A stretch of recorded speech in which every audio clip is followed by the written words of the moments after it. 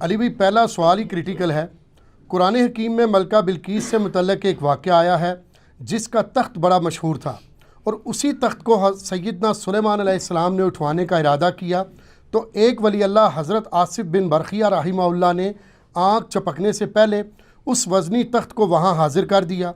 اس واقعہ میں سے صوفیہ نے اپنے بزرگوں کی کرامات کا ثبوت اخذ کیا ہے، اور ان کا دعویٰ ہے کہ امت محمدیہ صلی اللہ علیہ وسلم کے اولیاء اللہ ہر حال میں سیدنا سلیمان علیہ السلام کی امت کے اولیاء اللہ سے افضل ہیں، اس لیے وہ بھی سب کچھ کر سکتے ہیں۔ اس حوالے سے علی بھائی کا کیا موقف ہے؟ علی بھائی تو پہلے کہیں گے اگر وہ سب کچھ کر سکتے ہیں تو میرے بھائی مہربانی کر کے یوٹیوب کے اوپر جو نبی علیہ السلام کی شان میں گستاخانہ ویڈیوز اپلوڈڈ ہیں، جو دنیا کے 1.5 ارب مسلمان احتجاج کرنے کے باوجود ڈیلیٹ نہیں کروا سکے، تو پلک جھپکنے سے پہلے ذرا اسے ڈیلیٹ کروا دیں۔ اور اگر نہ کروا سکے، جو انشاءاللہ تعالیٰ کبھی بھی نہیں کروا سکتے، یہ ظاہر ہے کہ یہ تو فزیکل ایفرٹ کے ساتھ اللہ تعالیٰ نے معاملات کو جوڑا ہوا ہے، تو پھر آپ نے سمجھ لینا ہے کہ یہ صرف ان کے زبانی دعوے ہیں۔ انشاءاللہ تعالیٰ میں اس کی فل انجینئرنگ کروں گا اور پورے پلان کے ساتھ۔ آپ دیکھ رہے ہیں کچھ عرصے سے ہم پہلا کوشچن بڑا کریٹیکل ڈال دیتے ہیں تاکہ ہر اینگل سے اس فتنے کو دبایا جائے جو ہمارے سب کانٹیننٹ انڈیا، پاکستان، بنگلہ دیش میں لوگ پیش کرتے ہیں، اور اس کی بنیاد کے اوپر پتہ نہیں کیا کیا رزلٹ نکالتے ہیں اور کتاب و سنت کا مذاق اڑاتے ہیں۔ سیدنا سلیمان ابن داود علی نبینا و علیہم السلام بنی اسرائیل کی ہسٹری میں ایک بڑی یونیک پرسنالٹی ہے، کیونکہ انہی کی وجہ سے بنی اسرائیل کو دوسرا عروج نصیب ہوا تھا، جس کے بعد ٹیمپل آف سلیمان یعنی ہیکل سلیمانی تعمیر ہوا یروشلم میں، جسے ایلیا بھی کہا جاتا ہے، بیت المقدس بھی کہا جاتا ہے، یروشلم بھی۔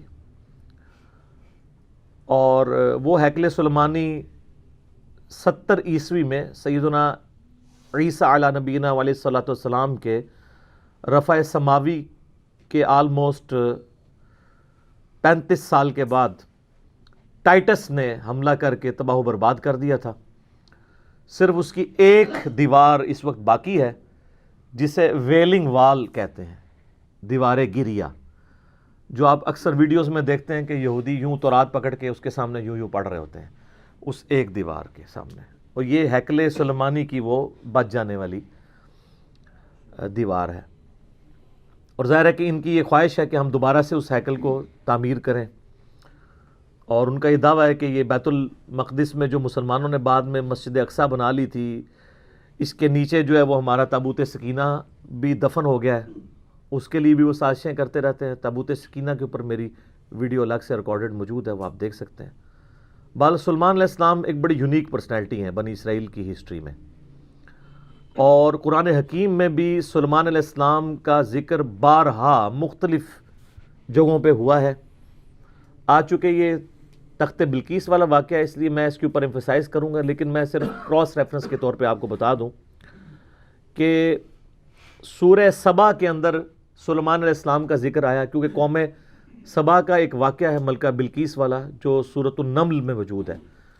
سورہ سبا کے اندر ذکر آیا کہ ہم نے سلیمان علیہ السلام کے لیے ہوا کو مسخر کر دیا تھا، ان کی صبح کی منزل 1 مہینے کے برابر ہوتی تھی اور شام کی منزل 1 مہینے کے برابر، یعنی وہ اپنے تخت سمیت ہوا پہ اڑتے تھے۔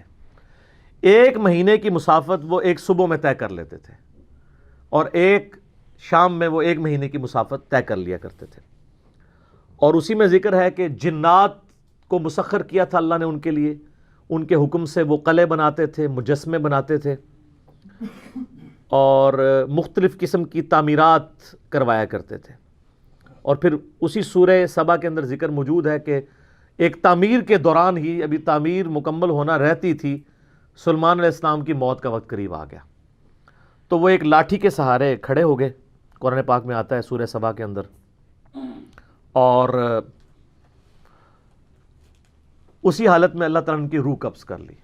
اب چونکہ وہ ایک بیلنس فارم میں لاٹھی کو سہارا لیے ہوئے بیٹھے تھے، کرسی پہ بیٹھے ہوئے ہوں گے یوں کر کے، تو ان کا جسم یوں ہی رہا، کافی عرصے تک وہ رہا، اور اتنا زیادہ عرصہ کہ قرآن پاک میں آتا ہے کہ دیمک جو کیڑا ہے اس نے اس لاٹھی کو چاٹا، تو ظاہرہ دیمک ایک دن میں تو نہیں چاٹتی، اور حتیٰ کہ وہ جب سارا چاٹ لیا تو وہ لاٹھی ٹوٹ گئی تو حضرت سلیمان علیہ السلام کا جسم زمین پہ آ گیا. تو اس وقت جنات کو پتہ چلا کہ یہ تو فوت ہو چکے ہیں کب سے. تو اللہ تعالیٰ نے اس پہ ورڈکٹ دی ہے کہ اگر جنات غیب کا علم جانتے ہوتے تو اتنی مشقت میں نہ پڑتے. تو یہ اللہ تعالیٰ نے عقیدے کی بھی اصلاح کی ہے. دوسرا اس سے یہ بھی عقیدہ پتہ چلا کہ انبیاء کے جسموں کو اللہ تعالیٰ اسپیشل پروٹیکشن دیتا ہے مرنے کے بعد بھی. احادیث تو بہت موجود ہیں، لیکن جو لوگ منکرین حدیث ہیں وہ کہتے ہیں قرآن سے ثابت کریں کہ انبیاء کے جسم سلامت رہتے ہیں، تو سر یہاں سے ثابت ہوتا ہے. اور تیسری بات یہ بھی پتہ چلی کہ اللہ تبارک و تعالی جو ہے وہ اپنے بندوں کے عقیدوں کی اصلاح کے لیے اس طرح کے واقعات کرتا ہے تاکہ وہ اس سے عبرت پکڑیں. اس کے باوجود اگر کوئی عبرت نہ پکڑے تو اس کی اپنی بدبختی ہے، اور وہ یہ عقیدہ رکھے کہ اللہ کے سوا کوئی اور بھی غیب جانتا ہے. غیبی خبر علیحدہ چیز ہے، وہ صرف انبیاء کے پاس آتی ہے. اور چوتھی بات یہ بھی ہے کہ حضرت سلیمان علیہ السلام کا جسم جب زمین پہ آیا تو کوئی ان کی گستاخی نہیں ہوگی. یہ ہوتے ہیں نا تو یہ کہتے ہیں نہیں، وہ اچانک فرشتے نمودار ہوئے، انہوں نے اپنی ہتھیلیوں پہ لے لیا جسم. ٹھیک ہے، تو ایسے تو نہیں ہوا. تو کئی ایک رزلٹ نکلتے ہیں، تھوڑا سا تفکر کرنے سے پتہ چل جاتا ہے. اچھا، سورہ صاد کے اندر 99 دمیوں کا ذکر ہے. ایک واقعہ حضرت سلیمان علیہ السلام اور ان کے والد داؤد علیہ السلام کا، اس پہ میرا الگ سے کلپ ریکارڈڈ موجود ہے. وہاں پہ بھی ڈیٹیل سے ان دو باپ بیٹا کا ذکر آیا ہے. اور اللہ تعالیٰ نے فرمایا ہم نے ان کو حکمت دی تھی، جنات پہ ان کی حکومت تھی، ان کے حکم سے وہ بڑی بڑی عمارتیں بھی تعمیر کرتے تھے اور سمندروں میں غوطے لگا کے چیزیں بھی نکالتے تھے جنات. یعنی اللہ تعالیٰ نے ان کے لیے مسخر کر دیا تھا. پھر سورۃ البقرہ میں بھی اللہ تعالیٰ نے سلیمان علیہ السلام کے دور کا ذکر کیا کہ شیاطین کا انٹریکشن عوام الناس سے بہت زیادہ بڑھ گیا تھا جنات کا اس دور کے اندر. اور اسی دور کے اندر سورۃ البقرہ میں آتا ہے کہ ہاروت اور ماروت دو فرشتے تھے جو اللہ تعالیٰ کی طرف سے آزمائش کے طور پہ نازل ہوئے، اور وہ لوگوں کو جادو سکھایا کرتے تھے اور ساتھ بتاتے تھے کہ یہ تمہاری آزمائش ہے، سیکھو نا. اور وہ اللہ تعالیٰ فرماتا ہے ایسا علم سکھاتے تھے جادو کے ذریعے جس سے میاں بیوی میں جدائی ڈال دیں. اور وہ ساتھ بولتے تھے کہ ہم تمہاری آزمائش ہیں. ظاہر ہے شر بھی جتنا ہے وہ اللہ ہی نے پیدا کیا نا. من شر ما خلق، میں ہر اس چیز کے شر سے تیری پناہ میں آتا ہوں جو تو نہیں پیدا کی ہے. تو آزمائش کے طور پہ وہ ہاروت اور ماروت کا پھر اکثر لوگ پوچھتے ہیں وہ ہاروت اور ماروت الٹے لٹکے ہوئے ہیں، یہ ہو گیا. وہ فرشتے تھے میرے بھائی، فرشتے اللہ کے حکم کی نافرمانی نہیں کرتے. وہ کہتے ہیں کسی عورت پہ وہ عاشق ہو گئے تھے اور یہ سب کچھ جھوٹے واقعات ہیں. فرشتے کبھی بھی رائے راستے نہیں ہٹتے. قرآن پاک میں جا بجا یہ چیز آئی ہے کہ فرشتے تو سورہ التحریم کے اندر بھی آیا کہ وہی کام کرتے ہیں جو اللہ ان کو حکم دیتا ہے، اس کی سرتابی کر ہی نہیں سکتے. ابلیس نے اس لیے کی کہ کانا من الجن ففسق عن امر ربی، وہ جنوں میں سے تھا. سورۃ الکہف کی آیت نمبر 50 میں آتا ہے اس لیے اس نے اپنے رب کی نافرمانی کی. اس نے حضرت آدم علیہ السلام کو سجدہ نہیں کیا، باقی سب فرشتوں نے کیا تھا. تو یہ آپ کو سورۃ البقرہ میں اس حوالے سے بھی ڈیٹیل مل جائے گی. رہا تخت بلقیس والا واقعہ، یہ سورۃ النمل میں بڑی ڈیٹیل کے ساتھ اللہ تعالیٰ نے حضرت سلیمان علیہ السلام کی زندگی کے چند واقعات کو ذکر کیا ہے 30 آیات کے اندر. آیت نمبر 15 سے لے کے 44 تک مسلسل 30 آیات میں سلیمان علیہ السلام کا اللہ تعالیٰ نے ذکر خیر کیا ہے. سٹارٹ اسی سے لیا ہے کہ وہ اپنے امتیوں سے کہتے ہیں کہ دیکھو اللہ تعالیٰ نے ہمیں کثیر مخلوق پہ فضیلت دی ہے، ہمیں جانوروں کی بولیاں سکھا دی ہیں، جنات کو، ہواؤں کو، پرندوں کو ہمارے لیے مسخر کر دی ہے. اللہ تعالیٰ نے ساری قدرت دی ہوئی تھی.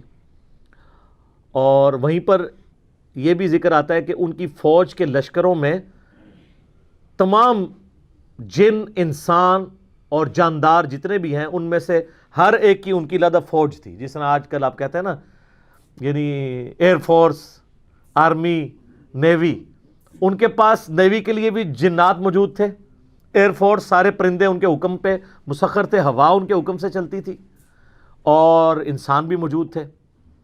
اور پھر اسی میں ذکر آتا ہے جس کی وجہ سے سورت کا نام ہی سورہ النمل ہے. نمل عربی میں کہتے ہیں چیونٹی کو.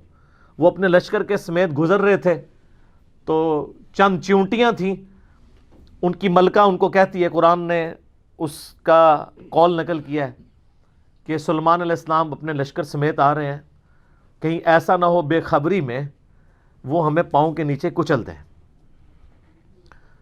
تو پھر وہ چیونٹی باقی چیونٹیوں کو کہتی ہے کہ تم لوگ اپنے بلوں میں چلی جاؤ۔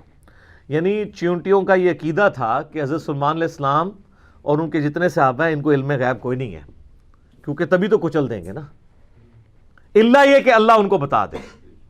اچھا، آپ بزرگوں کے علم غیب لے کے بیٹھے ہوئے، تو اس میں اللہ تعالیٰ نے سلیمان علیہ السلام کو اس چیونٹی کی بات سنوا دی، تو سلیمان علیہ السلام اس پر مسکرائے، اور مسکرا کے یہ نہیں کہا کہ مجھے علم غیب ہے، کہا کہ اللہ کا شکر ہے کہ اللہ تعالیٰ نے یعنی مجھے یہ کوالٹی دی ہے کہ اللہ تعالیٰ نے اس چیونٹی کی بات مجھے سنوا دی ہے۔ ہر جگہ آپ کو سلیمان علیہ السلام کا کریکٹر نظر آئے گا، گاڈ اورینٹڈ۔ ویسے یہودیوں میں ایک گروہ ایسا بھی ہے جو سلیمان علیہ السلام سے سخت نفرت کرتا ہے، اور بڑے بڑے ان کے اوپر سکینڈل بھی بنائے ہوئے ہیں انہوں نے، کیونکہ سلیمان علیہ السلام بڑے کٹر قسم کے موحد تھے، تو توحید و عزم نہیں ہوتی نا۔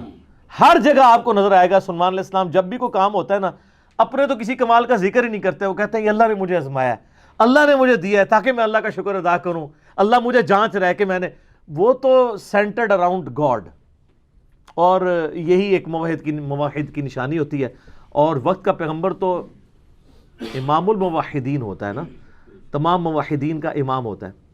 تو وہ چیونٹی جو ہے نا، اس کی گفتگو حضرت سلیمان علیہ السلام سن کے مسکراتے ہیں، اور پھر اللہ تعالیٰ کا شکر ادا کرتے ہیں کہ مجھے اللہ نے یہ کوالٹی دی ہے۔ اس کے بعد پھر ذکر آتا ہے کہ اسی دعا میں وہ کہتے ہیں کہ اے اللہ مجھے بخش دے، مجھے اپنی رحمت سے اپنے نیک بندوں میں داخل فرما، اور یہ جو تو نے مجھے اس طرح کی نعمتیں دی ہیں تو مجھے اس قابل بنا کہ میں تیری نعمتوں کا شکر ادا کرتا رہوں۔ ہائے ہائے، یہاں کہتے ہیں بزرگوں کا کمال ہے، فلاں کی نگاہ کرم۔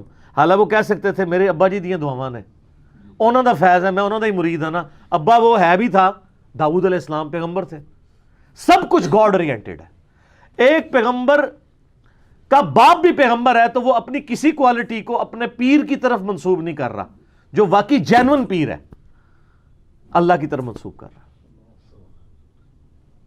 اسی لیے تو آپ کو کہا جاتا ہے نا کہ آپ قرآن نے ڈائریکٹ نہیں پڑھنا، آپ گمراہ ہو سکتے ہیں، کیونکہ آپ یہ سوچیں گے نا۔ تو اس لیے تو ہم کہتے ہیں مرنے سے پہلے اے مسلمان کر لے اس پہ غور، کتابوں کا خدا اور ہے، بابوں کا خدا اور جب تم غور کر لو اس کے بعد ایک بار یہ بھی کہنا ہے کہ نہ میں وہابی نہ میں بابی، میں ہوں مسلم علمی کتابیں۔ نہ ہم سو کالڈ وہابی ہیں، کوئی علمی بات کرے تو اس کو کہتے ہیں یہ وہابی ہے، اور نہ ہم بابوں کا دفاع کرنے والے بابی ہیں، ہم علمی کتابی مسلم ہیں الحمدللہ۔ اچھا، وہ سورہ نمل میں پھر آگے چلتا ہے کہ حضرت سلیمان علیہ السلام اپنے دربار میں بیٹھے ہوتے ہیں، اب سارے ان کے کمانڈر حاضر ہیں، جنوں کا کمانڈر بھی ہے، اسی طریقے سے انسانوں کے کمانڈر بھی، سارے ان کے سردار وہاں پہ جمع ہیں۔ تو جو ان کی ایئر فورس کا کمانڈر تھا نا، وہ ہدہد تھا۔ ہدہد ایک پرندہ ہے جس کی بڑی خوبصورت سی کلگی ہوتی ہے، جیسے مرغے کی ہوتی ہے، اور بڑا ایکسٹرا آرڈنری پرندہ ہے۔ آپ جا کے گوگل پہ سرچ کریں، یوٹیوب پہ اس کی ویڈیوز دیکھیں کہ اللہ نے اس کو کیا صلاحیتیں دی ہوئی ہیں۔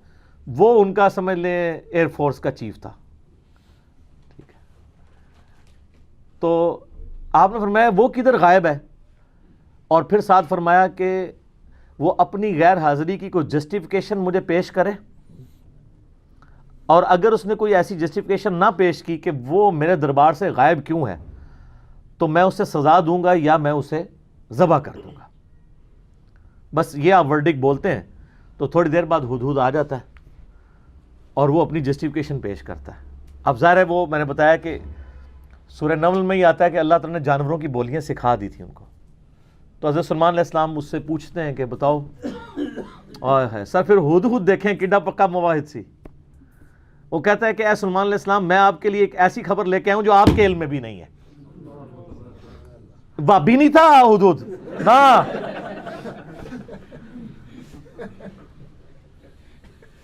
اچھا، سلیمان علیہ السلام نے کہا کیا خبر لے کے آیا ہوں؟ ان کا میں ایک ایسی قوم کے پاس سے آیا ہوں کہ جن کی حکمران ایک ملکہ ہے، عورت، اور اس کا بہت بڑا ایک عرش یعنی اس کا تخت ہے جس پہ وہ بیٹھتی ہے۔ اب وہ آپ کو نا ویسے کھنڈرات بھی اس کے مل چکے، میں ایک پکچر ہمیں ملی، انشاءاللہ ہم اس میں اٹیچ بھی کریں گے۔ آلموسٹ سمجھ لیں وہ کوئی آج کے دور کے اعتبار سے آپ دیکھ لیں کوئی 50 فٹ چوڑا اور لمبائی میں تقریباً 100 فٹ اور اونچائی میں بھی تقریباً 50 فٹ کے برابر، مختلف اقوال ملتے ہیں، یعنی اچھا خاصا بڑا اس کا تخت تھا جس پہ اس کے سارے وہ سردار ارد گرد بیٹھتے تھے، اور وہ پتھر کا بنا ہوا بڑا سا ان کا میں نے ایک عورت دیکھی ہے، تو وہ آپ کے علم میں نہیں ہے کہ وہ حکومت کر رہی ہے ان پہ، اور بڑا اس کا ایک تخت ہے، اس کے کئی سردار ہیں، اور شیطان نے ان کے برے اعمال ان کی نظر میں سنوار دیے ہیں، وہ اللہ کو چھوڑ کے سورج کی پوجا کرتے ہیں۔ سر ایک ہدہد کو بھی ٹینشن ہے شرک کی، آپ ذرا یہ دیکھیں، اسی لیے اللہ تعالیٰ نے فرمایا نا کہ قریب ہے کہ آسمان پھٹ پڑے اور زمین شک ہو جائے اور پہاڑ ریزہ ریزہ ہو جائے، ان دعوا للرحمن ولدا، جو رحمان کے لیے بیٹا تجویز کرتے ہیں۔ اگر یہ شرک کی تکلیف کا احساس یہ آسمان زمین اور پہاڑوں پہ ہو تو یہ بھی دب جائیں اس سے کہ اللہ کے لیے اس طرح کی باتیں لوگ کرتے ہیں۔ تو اور پھر وہ کہتا ہے کہ اب حدود کی بھی آپ تقریر دیکھیں جناب، کہ شیطان نے برے اعمال ان کی نظروں میں سنوار دی ہیں، اللہ کو چھوڑ کے وہ سورج کی پوجا کر رہے ہیں، حالانکہ عظمت اس اللہ کی ہے جو زمین و آسمان کا مالک ہے، ان کو تو چاہیے تھا اسے ہی سجدہ کریں، اور اس پہ آیت سجدہ بھی ہے۔ اللہ اکبر، سبحان الملک القدوس رب الملائکۃ والروح۔ تو اب حضرت سلیمان علیہ السلام چونکہ توحید کے امام ہیں، دنیا پہ اللہ تعالیٰ کے ریپریزنٹیٹیو ہیں، جب وہ یہ بات سنتے ہیں نا تو کہتے ہیں میں تیری اس بات کی تصدیق کروں گا کہ تو سچ کہہ رہا ہے یا جھوٹا بہانا تو نہیں کہیں کر رہا تو، ورنہ تو حضرت سلیمان علیہ السلام کہتے ہیں کہ ہاں مجھے تو پہلے علم غیب اللہ تعالیٰ نے دیا ہوا ہے، میں تو اتنی دوروں میں دیکھ سکنا ہوا، وہ تو اللہ دکھائے گا تو دیکھیں گے نا۔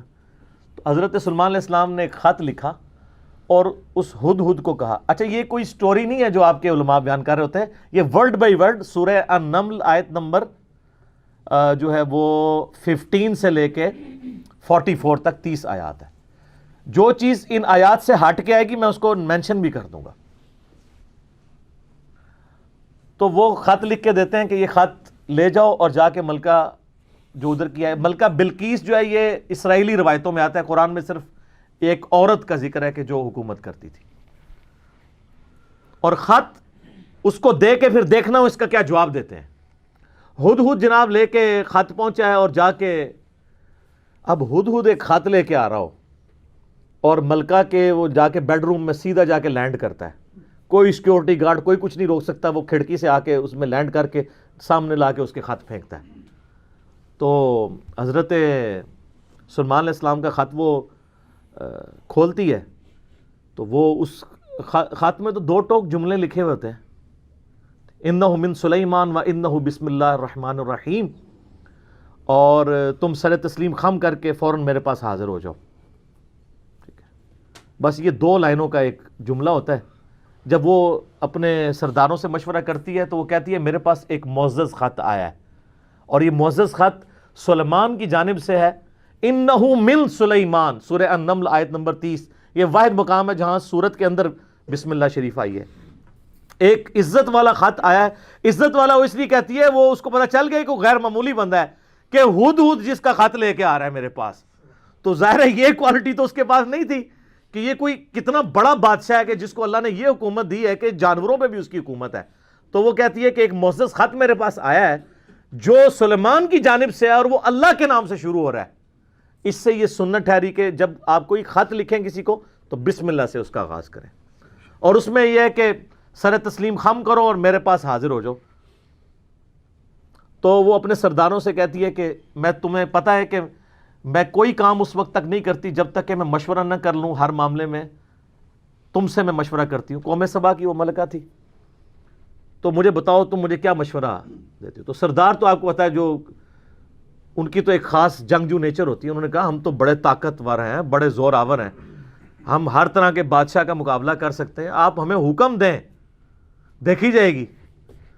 لیکن وہ تو سمجھدار ہوتی ہے نا، جس میں مجھے بھی آگے لوگ پھونک چڑھا رہے ہوتے ہیں، لیکن جو بندہ ڈرائیونگ سیٹ پہ بیٹھا ہوتا ہے اس کو پتہ ہوتا ہے کہ کام کو کس حکمت سے لے کے چلنا ہے. تو وہ ملکہ کہتی ہے کہ اس کو تو اندازہ ہو گیا کہ یہ کوئی عام بندہ نہیں ہے, ان کی ساری پھوپھا نکال دے گا وہ. تو وہ کہتے ہیں کہ وہ ملکہ آگے کہتی ہے, اس کے الفاظ اللہ تعالیٰ نے نقل کیے ہیں, وہ کہتی ہے کہ یاد رکھنا بادشاہ جب کسی ملک میں داخل ہوتے ہیں نا تو وہاں کے شرفاء کو ذلیل کر دیتے ہیں. تو یعنی یہ جو ہمارے پاس ملک ہے یہ بھی ہمارا چھین جائے گا, ہم میں یہ طاقت نہیں کہ ہم اس شخص کا مقابلہ کر سکیں. یہاں پہ بھی آپ دیکھ لیں انگریزوں نے یہی کیا ہے نا, جب انگریز یہاں حکومت میں ہے نا, سب سے زیادہ ذلیل انہوں نے کیا ہے خاندان مغلیہ کو, اس لیے کہ وہ یہاں پہ رولرز تھے.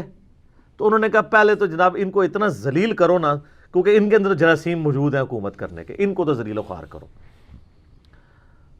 تو وہ ملکہ کی بات یونیورسل ٹروتھ اللہ نے نقل کیا کہ جب بادشاہ داخل ہوتے ہیں تو وہاں کے شرفاء پھر سب سے پہلے وہ ذلیل ہوتے ہیں. تو وہ کہتی ہے کہ اس میں جلدی نہیں ہمیں کرنی چاہیے, میں سلیمان کو نا کچھ گفٹ بھیجتی ہوں اور میں دیکھتی ہوں کہ اس کے رسپانس میں وہ کیا کرتا ہے, تو پتہ چل جائے گا کہ وہ واقعی ایک دنیا دار بادشاہ ہے یا اللہ کا ریپریزنٹیٹو ہے.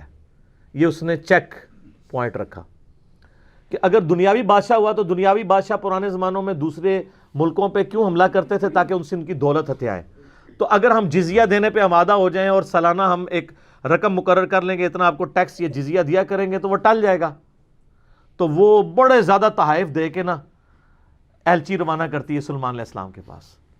ٹھیک ہے, اور وہاں پہ سلیمان علیہ السلام کے پاس جب وہ ایلچی پہنچتے ہیں تو سلیمان علیہ السلام تو اسٹریٹ فارورڈ ان کو جواب دیتے ہیں کہ مجھے جو کچھ اللہ نے دیا ہے, تمہاری یہ دنیا کی حقیر دولت اس کے مقابلے میں کچھ نہیں ہے, مجھے تو اللہ نے کیا حکومت دی ہوئی ہے.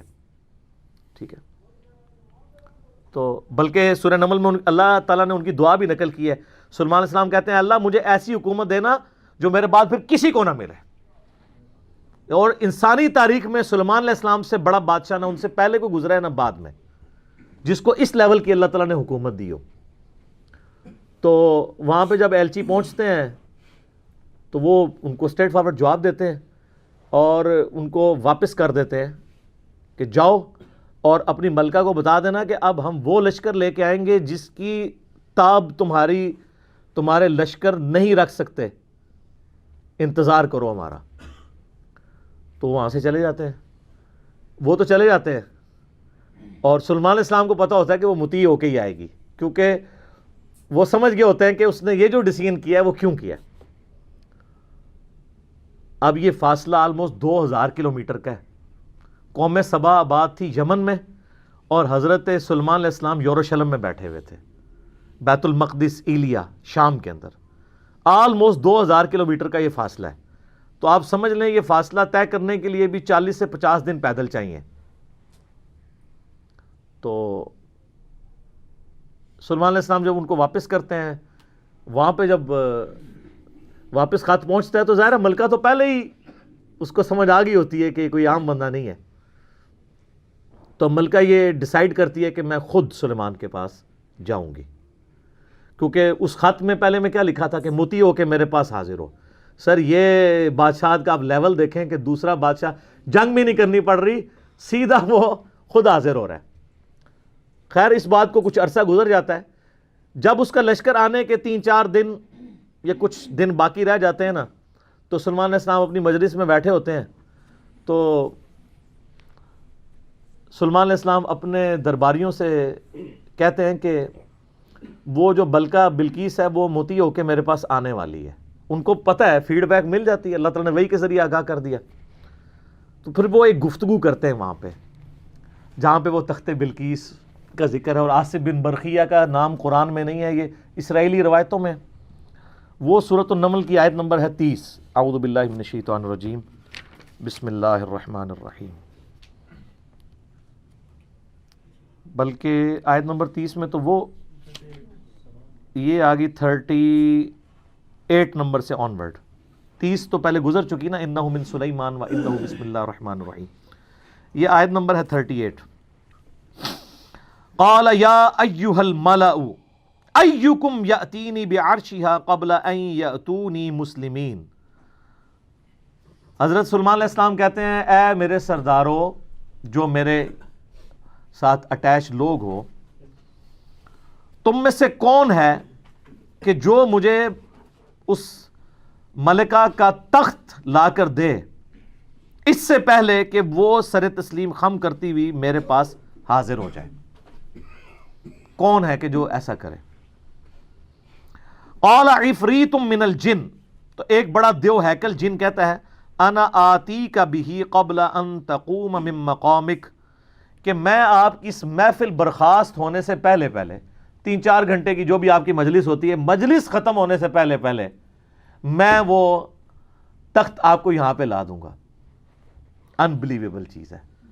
2000 کلومیٹر سے اتنا بڑا تخت پتھر کا وزنی 3-4 گھنٹے کیا، وہ تو آج بھی آپ اگر جہاز میں بھی لائیں تو 3-4 گھنٹے میں نہیں پہنچ سکتا، اس کو تو لفٹ کرنے میں پرابلم ہو جائے گی. وَإِنِّي عَلَيْهِ لَقَوِيٌّ أَمِينٌ، اور میں اس کے اوپر امانت دار بھی ہوں، میں پوری رسپانسبلٹی سے یہ کام کروں گا، اور میں طاقت بھی مجھے اللہ نے دی ہے. جنات کو اللہ نے بہت طاقت دی ہوئی ہے. تو حضرت سلیمان علیہ السلام یعنی ایگری نہیں کرتے اس مسئلے میں. تو پھر ایک اور شخص، قال الذی عندہ علم من الکتاب، وہاں ایک شخص بیٹھا ہوتا ہے جس کے پاس کتاب میں سے علم ہوتا ہے.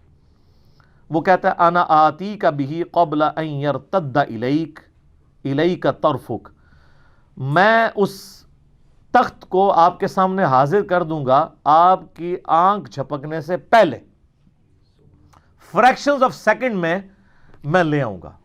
ہمارے لیے تو وہی ہضم کرنا مشکل ہے، تو یہ تو خیر بہت بڑی چیز ہے. تو یہ اس نے دعویٰ کیا، بس یہ دعویٰ کرنے کی دیر تھی اور وہ لے بھی آیا تخت. فَلَمَّا رَآهُ مُسْتَقِرًّا عِندَهُ، تو حضرت سلیمان علیہ السلام نے جب وہ تخت وہاں پر آیا ہوا دیکھا، قَالَ هَذَا مِن فَضْلِ رَبِّي، اور انہوں نے کیا حضور کڈے پہنچے بزرگوں، کیا بات ہے، کیا صاحب کرامت ہو، نہیں اومٹ کر دیا. ان کا یہ میرے رب کا فضل ہے. ہذا من فضل ربی، آپ لکھتے ہیں نگاہ مرشد سے، ماں باپ کی دعا سے، اور پیغمبر کا کہتا ہے ہذا من فضل ربی، یہ تو میرے رب کا فضل ہے. کیوں ہے فضل؟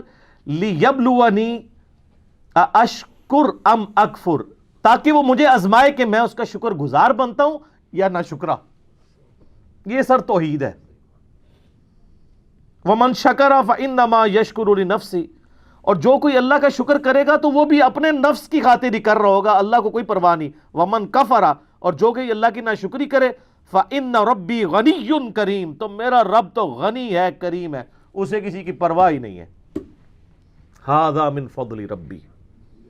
اچھا اس کے بعد پھر آتا ہے کہ وہ ملکہ جب آئی، حضرت سلیمان علیہ السلام نے کہا کہ نا اس تخت کی حیت بدل دو، ڈیزائننگ اس کی تھوڑی سی چینج کر دو، جو اس کے اوپر کوئی پھول بوٹے لگے ہوئے تھے تھوڑا سا اسے ٹیمپر کرو، اور میں دیکھوں گا کہ وہ پہچانتی ہے اپنے تخت کو نہیں، کہ نہیں پہچانتی.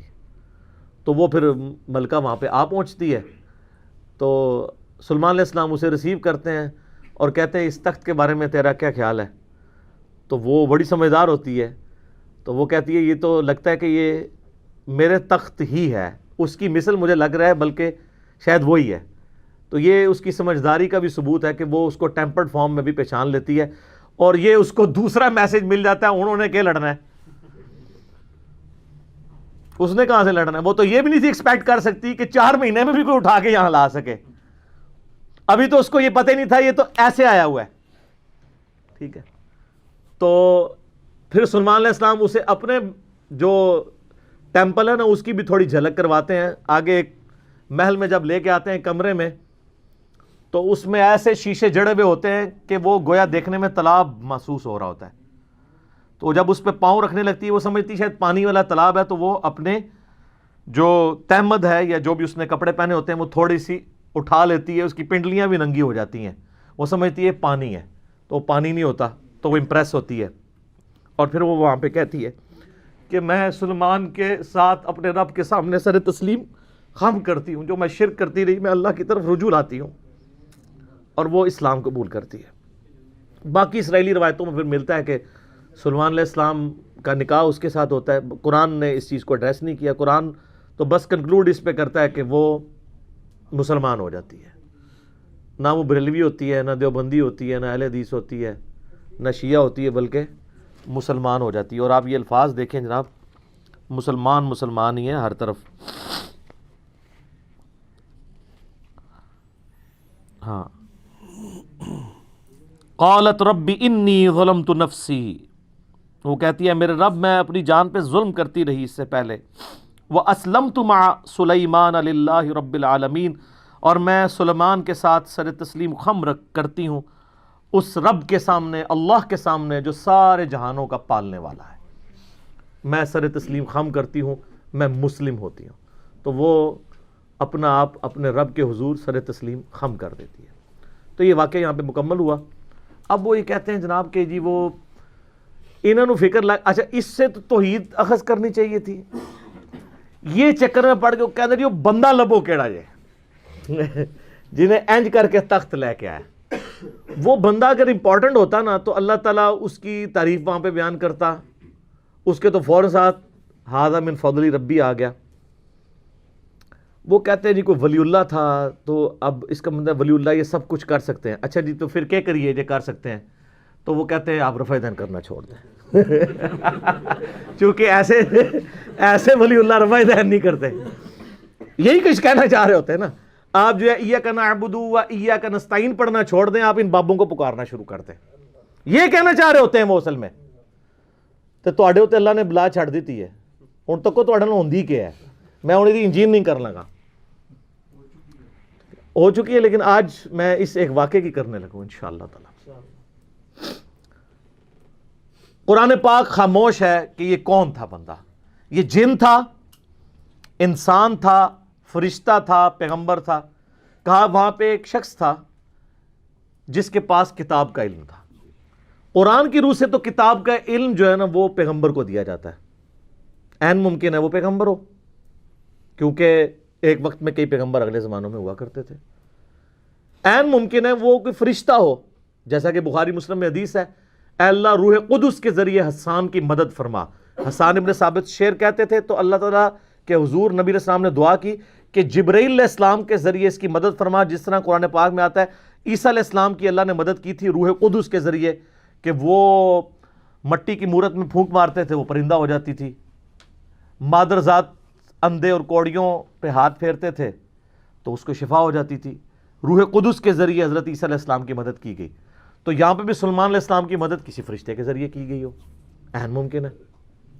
اور امام فخر الدین رازی المتوفی 606 ہجری، جنہیں صوفیاء بھی امام مانتے ہیں اور علماء کا طبقہ بھی امام مانتا ہے، انہوں نے بڑی ایک مشہور تفسیر لکھی، تفسیر کبیر. بڑی بڑی خرافات ہیں اس تفسیر میں، اچھی چیزیں بھی ہیں. وہ بضد ہے کہ یہ جو الفاظ ہیں نا کہ وہ شخص جس کے پاس کتاب کا علم تھا یہ خود حضرت سلیمان علیہ السلام ہی تھے. سلیمان علیہ السلام خود وہ تخت لے کر آئے اور ان کا ھذا من فضل ربی، دیکھو میں لے آیا ہوں یہ. اچھا اب ان ساروں کو مصیبت پڑ گئی ہوئی ہے، پوری تصوف کھڑی تھی اس واقعے پہ. صوفیوں کے امام اور ایسا امام جسے علماء بھی امام مانتے ہیں، وہ کہتے ہیں سلیمان علیہ السلام آپ لے کے آئے ہیں. اب اگر سلیمان علیہ السلام لے آتے ہیں تو ساری بابیں ختم. ٹھیک ہے، تو یہ میں نے علمی طور پہ بات کر، لیکن یہ ان کی جو تفسیر ہے یہ قرآن میں فٹ ان نہیں بیٹھتی. قرآن پاک اس معاملے کو اس سے زیادہ اہمیت نہیں دیتا کہ اللہ تعالیٰ کی قدرت کا اظہار ایک شخص سے ہوا جو حضرت سلیمان علیہ السلام کا درباری تھا، چاہے وہ جن تھا، فرشتہ تھا، یا کوئی پیغمبر تھا، انسان تھا، کوئی بھی تھا. اس کے بعد ہمیں رویہ بتایا گیا کہ ہم نے اللہ کی طرف رجوع لانا ہے. یہ نہیں کہا گیا کہ اس سے آپ نے اپنے بزرگ بابے ثابت کرنے ہیں.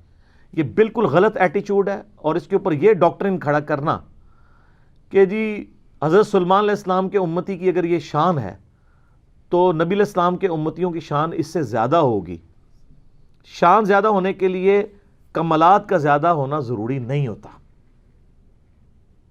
قرآن تو شان کی بنیاد علم بتاتا ہے، اور اس کے بعد اگر آپ کی نسبت بھی ہے، جیسے نبی علیہ السلام کو اللہ نے اگلی امتوں پہ ان کی امت کو فضیلت دی ہے نبی علیہ السلام کی وجہ سے. کنتم خیر امت اخرجت للناس، اور نبیوں والا کام دیا ہے، تأمرون بالمعروف وتنہون عن المنکر وتؤمنون باللہ.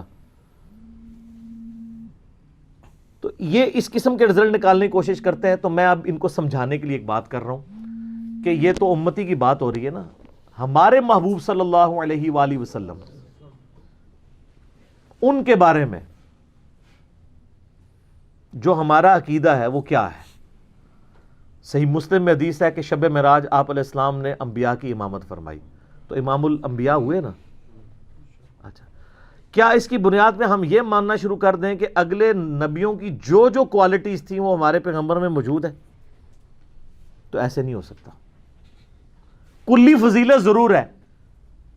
کئی ایک چیزیں ہیں جو اگلے انبیاء کو جزوی طور پہ فضیلت حاصل تھی جو ہمارے نبی علیہ السلام کو حاصل نہیں ہے. کلی فضیلت ہمارے پیغمبر کی ہے صلی اللہ علیہ وآلہ وسلم. میں آپ کے سامنے رکھتا ہوں. حضرت آدم علیہ السلام کو فرشتوں نے سجدہ کیا نا. کیا ہمارے نبی علیہ السلام کو کیا یا ہم اپنے نبی علیہ السلام کو سجدہ کر سکتے ہیں؟ تو آپ کی انالوجی مانی جائے کہ اگلے سارے نبیوں کی شان یہاں پہ جمع ہو، پھر تو سارے امتیوں کو چاہیے حضور کو سجدہ کریں. وہ تو ابو داؤد ترمذی ابن ماجہ میں حدیث ہے، ایک صحابی نے جب سجدہ کیا فرمایا سر اٹھا کیا کر رہا ہے؟ جب میں فوت ہو جاؤں گا تم میری قبر سے گزرو گے کیا وہاں پہ بھی سجدہ کرو؟ انہوں نے کہا نہیں یا رسول اللہ. تو فرمایا مجھے کو سجدہ کر رہے ہو؟ اگر میں سجدہ جائز سمجھتا تو بیویوں سے کہتا کہ اپنے خامدوں کو سجدہ کریں اس حق کے سبب جو اللہ نے ان کو دیا ہے. تو سجدہ تعظیمی بیان ہو گیا نا ہمیشہ کے لیے. اچھا، بخاری اور مسلم دونوں میں آتا ہے کہ قیامت والے دن سب لوگ ننگے اٹھائے جائیں گے اور سب سے پہلے اللہ تعالیٰ ابراہیم علیہ السلام کو لباس پہنائے گا. تو یہاں پہ ابراہیم علیہ السلام کی جزوی فضیلت ہے. بخاری مسلم دونوں میں حدیث ہے کہ قیامت والے دن جب اللہ تعالیٰ مجھے اٹھائے گا تو میں دیکھوں گا کہ موسیٰ علیہ السلام مجھ سے پہلے ہی اللہ کے عرش کا پایا تھامے ہوئے کھڑے ہیں.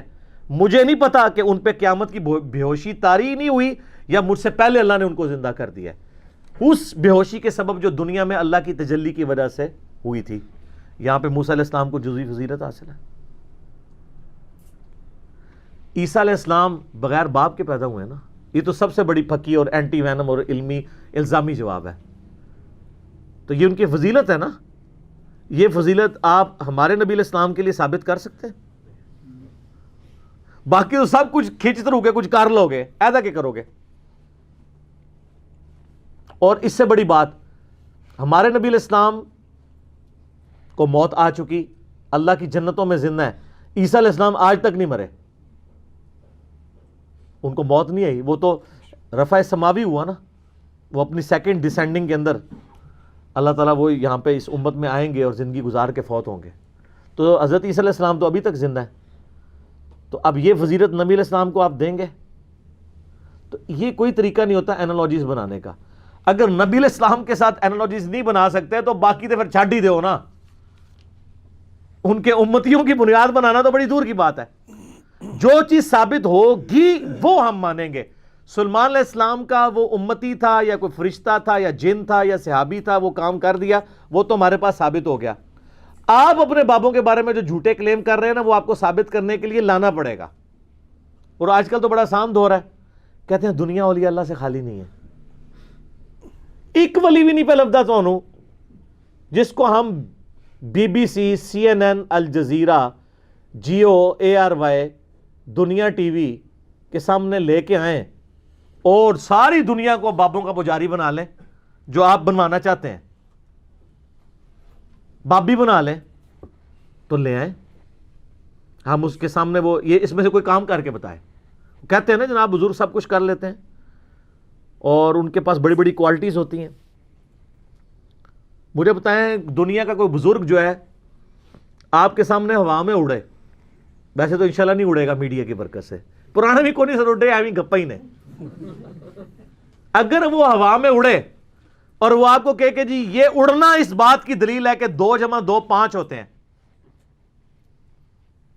آپ مان لیں گے؟ کیوں؟ کیونکہ آپ کو یہ بات پتا ہے کہ 2 + 2 4 ہوتے ہیں. اس کا یہ کرتب مجھے اس بات پہ نہیں ابھار سکتا کہ میں 2 + 2 کو 5 کہوں. تو سر ان کے کرتب ہمیں اس بات پہ ابھار سکتے ہیں کہ ہم قرآن و سنت کو چھوڑ کے ان کے پیچھے لگ جائیں؟ تو تف ہے ایسے بندے کے اوپر جو 2 + 2 4 والی حیثیت بھی قرآن و سنت کو نہ دے. اسی لیے تو ہم کہتے ہیں نا مرنے سے پہلے اے مسلمان کر لے اس پہ غور. کتابوں کا خدا اور ہے، بابوں کا خدا اور. یہ کتابی بات ہے. اور یہاں تو کتنے لوگ ہیں جو ایلوژن کر دیتے ہیں. یہ ڈیوڈ کاپر فیلڈ کو ذرا آپ یوٹیوب پہ جا کے دیکھیں, کرس اینجل کو دیکھیں, کبھی وہ پانی پہ چل رہا ہے, کبھی دیوار پہ چڑھ کے بتا رہا ہے, کبھی ہوا میں اڑ کے, وہ سارا ایلوژن ہی کیا ہوا ہے اس نے, وہ پورا دھوکہ ہے, اس کی بھی ویڈیوز رکھی ہیں کیسے کر رہے ہیں. اللہ نہ کرے پاکستان آ جائے تو سارے مولویاں اور پیراں دی دکاناں بند, سارے دربار اجڑ جان گے. آپ دیکھ لیں وہ جو کچھ کر کے بتا رہا ہے. کیوں؟ لوگ کہیں گے آپ کے بابوں کی تو کتابوں میں لکھی ہوئی ہیں, جعلی کتابیں باتی ہیں, یہ تو ہم سامنے دیکھ رہے ہیں. تسی آؤ تو کر کے دسو, ان کر کے دسو نا جناب. میں نے ان کو بہت بڑی بات کی ہے. یہ تو کہتے ہیں نا یہ ہمارے بزرگ جو ہے دلوں کا حال جان لیتے ہیں. میں نے ان کو کہا کہ یہ تو بہت دور کی بات.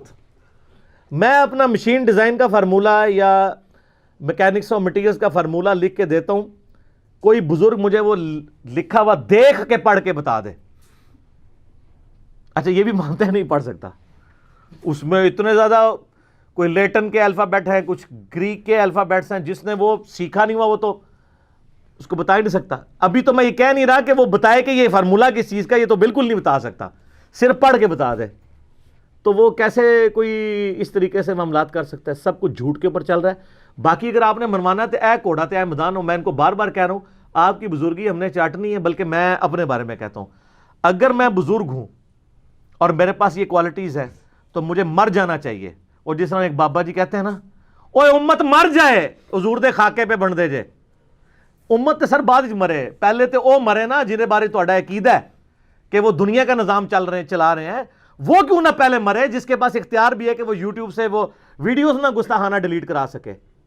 تو آپ کو یہ کہنا چاہیے سب سے پہلے ہمارے وہ بزرگ مر جائیں کہ بزرگی وہ کلیم کیے ہوئے ہیں, اور یوٹیوب پہ نبی علیہ السلام کی گستاخانہ ویڈیوز اپلوڈڈ ہیں, ہم نہیں ڈیلیٹ کروا سک رہے. میں اپنے اوپر کہتا ہوں مجھ پہ لعنت ہو کہ اگر میرے پاس یہ اختیار ہو اور میں ویڈیوز نہ ڈیلیٹ کروا سکوں. اور آگے اس کو آپ خود اپلائی کر دیں جس کے اوپر کروانا ہے. یہ باتیں کرنا آسان ہے نا, تو یہ کر کے بتائیں. اور جی وہ کہتے ہیں جناب وہ جی نگاہ مارتے ہیں, ایسے نگاہ اٹھاتے ہیں جناب عرش پہ, نیچے تکتے ہیں جناب 7 زمینہ, تیل بھی کراس. اے تیل دے نہ گھاٹے فٹ ہو گیا جی. تیل کسی بزرگ نے نہیں دریافت کیتا یار. یعنی کتنے انرجی کرائسس ہیں پاکستان کے اوپر. دنیا میں بھی جو پہلا تیل کا کنواں ہے اس کو بمشکل 200 سال ہوئے ہوں گے. پنسلوینیا میں امریکن سٹیٹ میں سر ایڈون نے دریافت کیا ہے. داڑھی تھی ان کی پوری مٹھی تھی لیکن مسلمان نہیں تھے. کسی بزرگ نے نہیں تیل دریافت کیا. تو یہ کیا زمین کے اندر 7 زمینوں کے نیچے جا کے دیکھتے رہے, تیل نظر ہی نہیں آیا انہوں. کہانی جھوٹ. اچھا وہ ہمارے پاس ایک ہمارے محلے دار ہے نا, وہ کہتے ہیں جناب وہ میں نے تو آئے دن داتا صاحب آ کے منو ملتے ہیں. میں کہا سر جب ہوں آون نا تو تسی پڑھنا لا حول ولا قوت الا باللہ. اگر غائب ہو گئے تو شیطان ہے, اگر وہ جمے رہے تو بزرگ نے.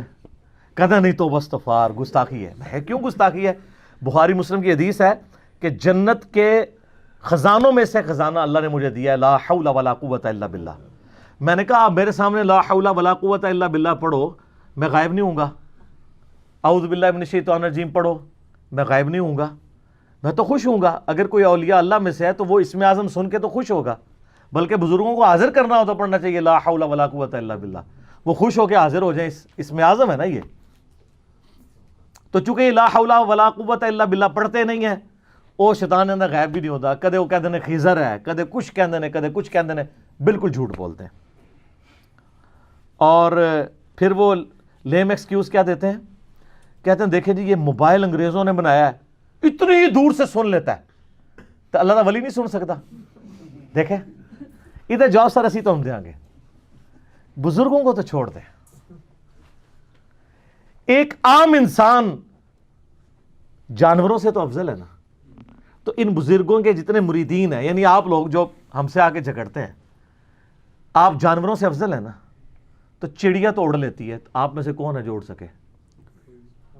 بزرگ بھی نہیں اڑ سکتے اللہ کے فضل نال, تسی بھی نہیں اڑ سکتے. تو یہ کمپیریزن کروانا بالکل غلط ہے, کیونکہ اللہ تعالیٰ نے اس کو وہ کوالٹیز دی ہیں جو انسانوں کو نہیں دی. اور انسانوں کو ایسی کوالٹیز دی ہیں جو ان کو نہیں دی ہیں. تو جو اللہ نے جو کوالٹی دی اس فریم آف ریفرنس سے باہر نہیں کو نکل سکتا. اگر وہ کہتا ہے اڑ سکتا ہے کوئی ان میں سے, تو قرآن میں یہ والا واقعہ تو آیا تخت بلقیس والا, آپ کو ہم کیسے چیک کریں؟ آ جاؤ سارے منار پاکستان. لیکن ہمیں تو یقین ہے, جس طرح ہمیں یقین ہے 2 + 2 4 ہوتے ہیں, آپ کی شہادت کا بھی ہمیں یقین ہے. ہم پیراشوٹ گوروں کا بنایا ہوا آپ کو باندھ دیں گے, گوروں کا بنایا ہوا. یہ میں اس لیے کہہ رہا ہوں تاکہ پتہ چلے کہ ان بزرگوں کی کنٹریبیوشن کیا ہے, جو کہتے ہیں ہمارے پاس اتنے علوم ہیں, اور منار پاکستان سے ان کو نیچے دھکا نہیں دیں گے. خود ہی بسم اللہ پڑھ کے, یا جو بھی, یا شیخ عبد القادر جنانی, یا وہ جو کہتے ہیں نہیں فلانے پیر صاحب اتھوں ٹرے تے اتھوں ٹری تے اتھوں پکڑ لیا, بلا لو سارے بابے نو تے چھال مارو, تو پورا پاکستان آپ کے پیچھے چلے گا اور مان لے گا. اور جب آپ زمین کے قریب پہنچنے لگے نا, تو آپ نے ایک دفعہ تو اپنے عقیدوں سے توبہ کرنی ہے, اور شعر پڑھنے کا تو ٹائم نہیں ہونا, آپ شہید ہی ہو جائیں گے. فوراً بٹن دبا کے پہلے لینڈ کرنا ہے, پھر لینڈ کرنا ہی کہنا ہے کہ بالکل انجینئر صاحب صحیح کہہ دینے کہ مرنے سے پہلے اے مسلمان کر لے اس پہ غور, کتابوں کا خدا اور ہے بابوں کا خدا اور پھر ساتھ کہنا جی بس جی آج تو بعد نہ میں وابی نہ میں بابی, میں ہوں مسلم علمی کتابی. ہونا چاہیے نا ایسے. یہ تجربہ کر کے دیکھنا. اور سر یہ جہاز انگریزوں کا بنایا ہوا, بوئنگ 747 یا ایئر بس A380 جہاز, کاکپٹ میں ان کو بٹھا دینا, یہ جہاز اڑا نہیں سکتے. نگاہ مار کے اڑنا تو بڑی دور کی بات ہے. جو جہاز اڑ رہا ہو نا, اڑتے جہاز سے اگر پائلٹ پیچھے ہٹ جائے اور ان بزرگوں کو لا کے بٹھا دیں, جس کو عقیدہ ہے نا, تو وہ اپنی ایک فلائٹ بک کروا لے, سارے پاکستان کے بزرگوں تو جان چھڑاؤ. وہ جا کے کتنے لینڈ کرے گا جہاز؟ اگلی دنیا میں. اس دنیا نہیں لینڈ کرنے لگا. یہ سب کے سب جھوٹی باتیں انہوں نے مشہور کی ہوئی ہیں. تو یہ انہوں نے اگر ثابت کرنی ہے تو کر کے بتائیں. اس طرح نہیں جی تسی نہیں مندے اسی مننے ہاں. وہ بات مانتے ہیں جو ہوئی ہے, قرآن و سنت کے اندر موجود ہے. کہتے ہیں جی ہمارے بزرگوں کی باتیں قرآن و سنت میں تو نہیں ہوں گی, تو ہم کب کہہ رہے ہیں قرآن و سنت سے نکالیں؟ ہم کہہ رہے ہیں کر کے دسو. دیکھو نا, اگر حضرت سلمان علیہ السلام کے درباری نے تو کر کے بتا دیا نا, اس نے تو نہیں کہا کہ میرے ابا جی کرتے ہوں سن, انہوں نے کر کے دسیا, تسی کر کے دسو تو ہم مان لیں گے. تو بالکل یہ فیل ہو چکے ہیں, ان کے پاس کوئی بھی چیز موجود نہیں رہی. اور میں نے کئی بار بیان کیا کہ آپ لوگ بیمار ہوتے ہیں, آپ کو درباروں پہ لے جاتے ہیں, جب بزرگ بیمار ہوتے ہیں ان کو شفا انٹرنیشنل میں اور آغا خان میں لے جاتے ہیں. کتنے بزرگ ہیں پاکستان لیول کے, میں نام نہیں لیتا, پیشاب بند ہوا ہے تو ان کو آغا خان میں لے گئے. کیوں؟ وہاں لے جائے نا, وہ اسی دربار کے اوپر جہاں آپ کہتے ہیں سمندر روکا ہوا ہے. سر کوئی انسان اپنا پیشاب نہیں روک سکتا, سمندر کا تو سائز ہی نہیں آپ لوگوں کو پتا کتنا ہے. اور پھر معذرت کے ساتھ جن لوگوں کے بارے میں آپ کا عقیدہ تھا سمندر روکا ہوا ہے, ایک کے بارے میں آپ کا عقیدہ تھا وہ انڈیا کے بم پکڑتے تھے پل پہ آ کے, ہندو آج تک مذاق اڑاتے ہیں آپ کا. اچھا, ان ساروں کے مزارات کے اوپر آ کے ٹھوک کے چلے گئے ہیں دہشت گرد. ہم اس چیز کو کنڈیم کرتے ہیں. اس کے بعد آپ تحفظ اولیاء کانفرنسز بھی کرتے رہے ہیں, یہاں ہمارے جیلم میں بھی ہوئی ہے. مجھے میسج کیے ہیں جی تحفظ اولیاء کانفرنس. میں کہا سبحان اللہ, ابھی تک تو آپ کہتے تھے اولیاء اللہ ہماری حفاظت کرتے ہیں, اب آپ بھی اولیاء کا تحفظ کرنا شروع ہو گئے.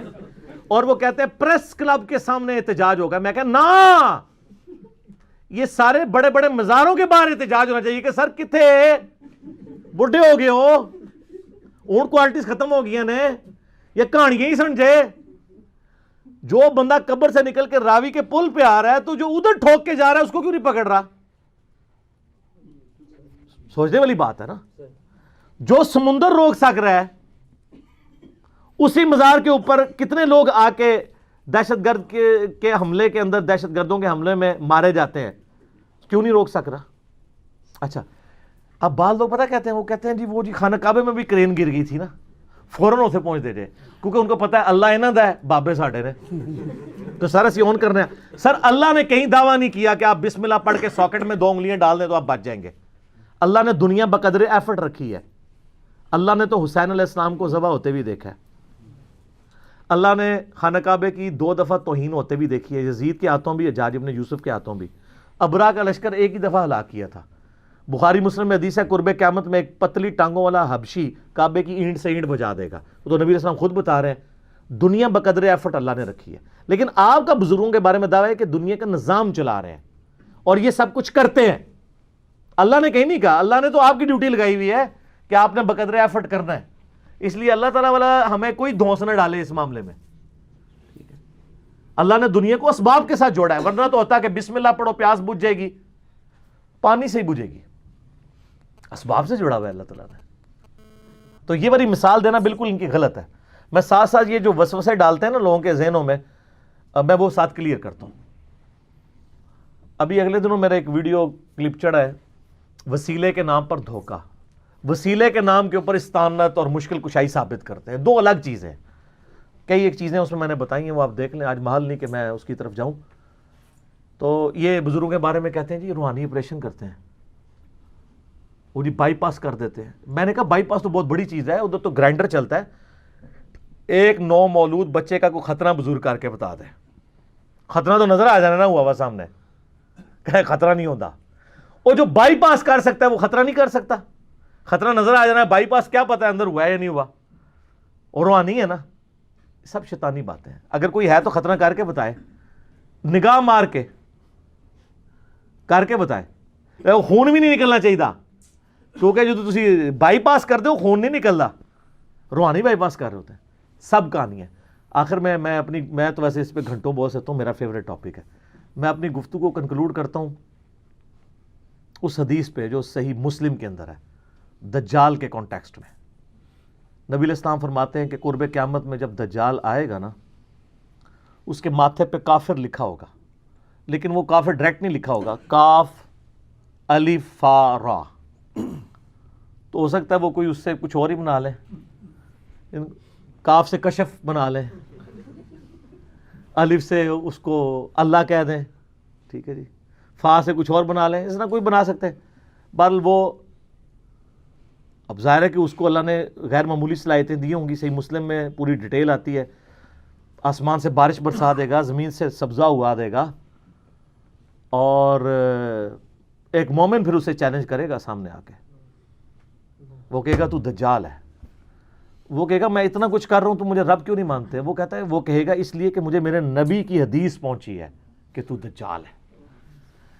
کرتب سے متاثر ہونے والا تو یہ بندہ نہیں ہوگا, قرآن و حدیث والا ہوگا نا, کتابی ہوگا نا. بابی ہوتا تو سیدھا انہوں ہی سجدہ کر دینا. تو وہ کہے گا میں تجھے قتل کر دوں گا. وہ قتل کرے گا پبلکلی, اس کے 2 ٹکڑے کر کے ان ٹکڑوں کے درمیان چلے گا, اور پھر اسے ٹکڑوں کو جوڑ کے پھر زندہ کرے گا, اور کہے گا اب تو مجھے خدا مان, میں نے تجھے مار کے زندہ کیا ہے.